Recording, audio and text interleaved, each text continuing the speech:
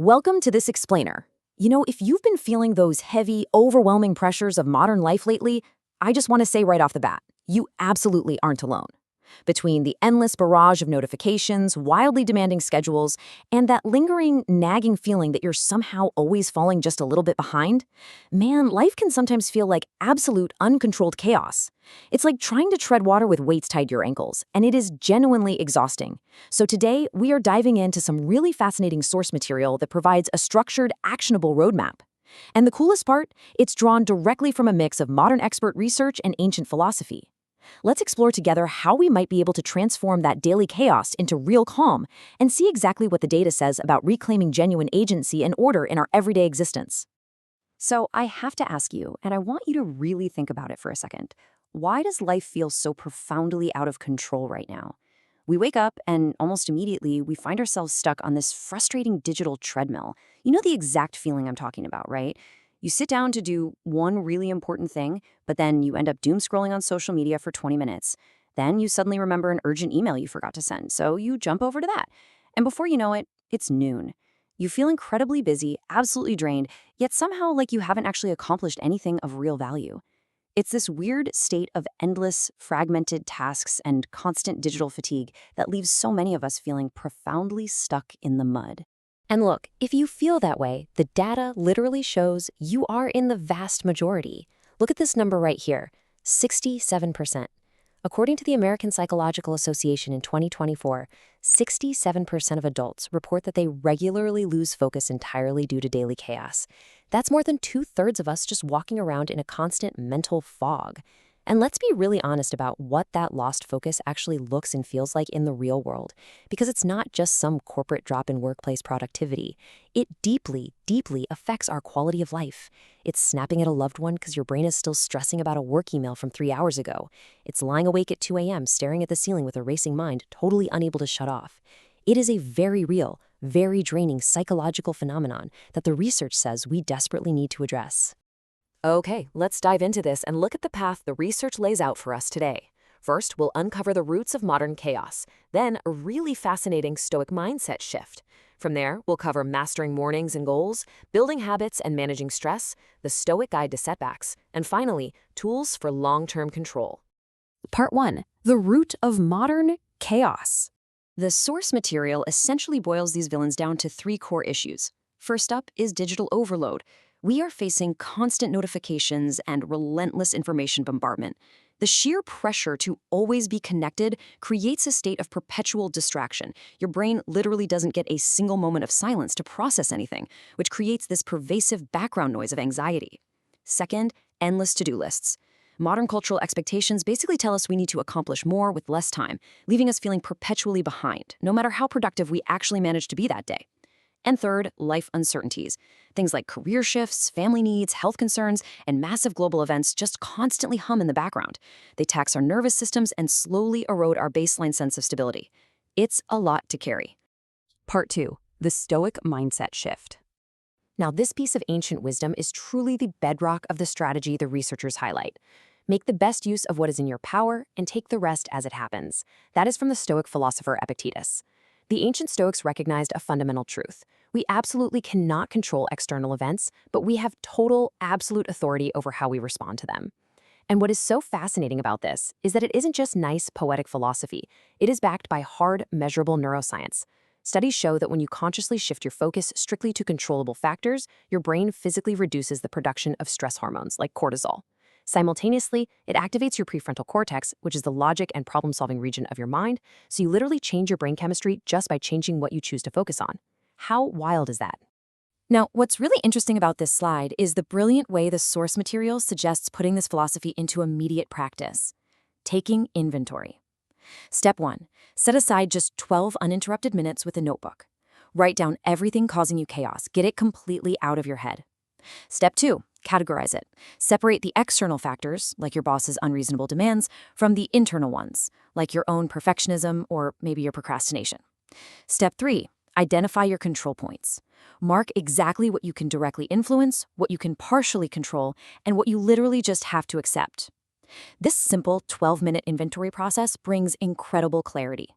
By getting it out of your head and onto paper, you transform vague, overwhelming anxiety into concrete, manageable data points.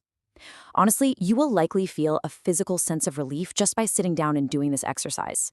Part 3. Master your mornings and goals. According to the research, one of our greatest tactical weapons is absolute clarity. Why? Because vague goals are the absolute enemy of execution. Think about it. If your goal is simply to get healthier, your brain doesn't actually know what to do with that information on a random Tuesday at 7 p.m. when you are dead tired. Instead, the research points to SMART goals. A goal like walk 20 minutes daily after dinner. That is specific, measurable, achievable, relevant, and time-bound. By making your intentions incredibly specific and measurable, you effectively strip away decision fatigue. You don't have to sit there and choose what to do. The decision is already made for you. You know exactly what success looks like, which dramatically drives up your actual execution rate. Next up, the data shows we have to ruthlessly protect the most vital part of our day, the morning. The morning warrior strategy outlined in the sources is actually incredibly straightforward. The do is taking action on your absolute #1 priority task during the first hour of your day, way before the world's distractions begin to multiply. The don't is actively avoiding screens, email, and the news for at least the first 30 minutes. Actually, scratch that. It's not just avoiding them, it's fiercely protecting your brain from them. Why? Because neuroscience shows us that your brain is most receptive to deep, highly focused work within the first 1 to 2 hours of waking. Your cortisol naturally spikes and wakes you up, providing this really sharp alertness. If you spend that critical window reacting to someone else's emergencies in your inbox or passively scrolling, you are entirely wasting your peak cognitive window before that inevitable afternoon willpower depletion sets in. Part 4. Building habits and managing stress. When overwhelm inevitably strikes, because let's face it, it will, the research highlights a fascinating instant stress reset called the 3-3 breathing technique. And you know what? Let's actually try what they suggest right now. I invite you to sit back, just relax your shoulders a little bit, and try this with me. Ready? Inhale deeply for a count of 3. 1, 2, 3. Hold it just for a brief moment. And now exhale slowly for 3. 1, 2, 3. As you exhale, the experts suggest actively visualizing the stress leaving your physical body. The clinical data on this is just amazing. Just 5 minutes of this kind of daily mindfulness practice has been shown to reduce stress markers by up to 28%. It works mechanically by activating your body's natural parasympathetic nervous system, which acts like a biological brake pedal. It actively lowers your cortisol and gives you the mental space to calmly respond to a situation rather than impulsively react to it. Now, once you are grounded, the sources suggest building unshakable self-discipline through tiny habits. Big, sweeping resolutions almost always fail because they are deeply intimidating to our brains. The secret? Breaking down big changes into micro actions that take less than 2 minutes to complete. Next is habit stacking. This is where you attach a brand new habit to a well-established old one. For example, after I brush my teeth, I will do 5 push-ups. You leverage your existing automated routine to anchor the new behavior. Super smart. Finally, the research highly recommends visual tracking, like putting physical check marks on a calendar. Watching that unbroken chain grow is incredibly motivating because it provides visual, undeniable proof of your new identity. Remember, the consistency of your action matters far more than the size of it. So, the crucial point here is momentum over perfection. You want to make your next action so ridiculously easy that you literally cannot say no to it. Don't commit to writing a whole chapter. Just commit to writing one single sentence. Don't commit to a grueling hour-long gym session. Just commit to putting on your workout clothes. Don't commit to cleaning the whole house. Actually, scratch that. Don't even commit to cleaning a whole room. Just set a 2-minute timer to wipe down one small counter. Or honestly, just commit to folding a single pair of socks. The psychology behind this is so fascinating. Starting is almost always the hardest part. By making that very first step tiny, you bypass your brain's natural resistance and trigger a small dopamine release when you complete it. That small win creates a positive neurological feedback loop. Once you are in motion, physics and psychology take over, and you will almost always continue way past your initial minimum goal. Part 5. The Stoic Guide to Setbacks. Now, the sources acknowledge that disruptions like a sudden job issue or an unexpected massive expense are absolutely going to happen, but they offer these 5 cognitive steps to handle them like a pro. Step 1, acknowledge the challenge event objectively. Step 2, notice your initial reaction without any judgment. Just say to yourself, I'm feeling incredibly overwhelmed right now. This is vital because it inserts a crucial space between the stimulus and your response. Step 3, ask the Stoic question.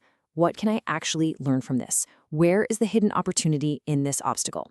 Step 4, the narrative shift. Consciously rewrite the internal story from "this is terrible and completely unfair" to "this is difficult, but I can use it to build my resilience." And finally, step 5, action response. Take one small, immediate step based on that new constructive perspective. This framework completely converts passive suffering into active, empowered growth. Part 6, Tools for Long-Term Control. Let's move to and see how this all builds into a resilient infrastructure of control. Looking at the data, we can categorize our tools into 3 distinct buckets. First, digital assistants, like Trello or Todoist for task tracking, or the Forest app for focused, totally uninterrupted work sessions. Then you have analog systems, which the research notes provide amazing tactile satisfaction and can give our tired eyes a much-needed break from screens. Things like bullet journaling, time blocking on a physical paper calendar, or using physical inbox trays to manage paper clutter. And most importantly, human support. We are biologically not meant to do this alone, guys. Enlist accountability partners, find mentors who have mastered the exact things you struggle with, or seek out professional coaches. You can leverage all 3 of these columns to ruthlessly protect your focus and your time. When we synthesize all this research and philosophy, your path forward looks a whole lot like this pyramid. Gaining control is not a magical overnight event. It's a structural process. It starts at the foundational layer, accepting that you truly want a life under your own control. From there, you build the mindset and perspective to handle whatever comes at you. On top of that, you implement your structured systems and tools to manage the heavy load. That infrastructure then supports your consistency and your habits, which ultimately empower your daily actions at the very peak. Genuine progress is built steadily. It's built layer by layer, day by day. The experts remind us that every single action you take is essentially a vote for the person you wish to become and the life you want to build.